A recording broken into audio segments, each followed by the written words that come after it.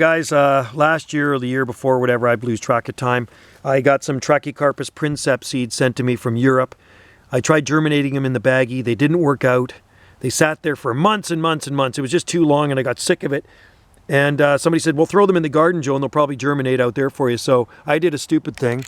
Here's a Jubaea chilensis palm that I grew from seed years ago.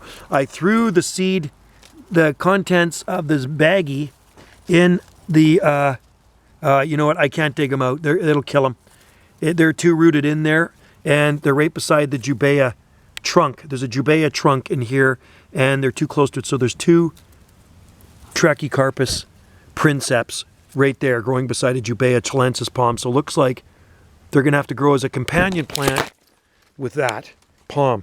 And the seed from that I got from Locarno, Switzerland years ago. I grew that from seed, and it is a tough palm tree. And it's beautiful, not even damaged from the cold. So there you go, Trachycarpus princeps seedlings growing with a Jubaea chilensis. And I'm going to put some mulch around there. I mean, as far as I can see, the long-range forecast is looking pretty good, but you just never know. All right, thanks for watching. Stay tuned for updates on the Jubaea and the Trachycarpus princeps here on Salt Spring Island. It's second week of February now. Cheers.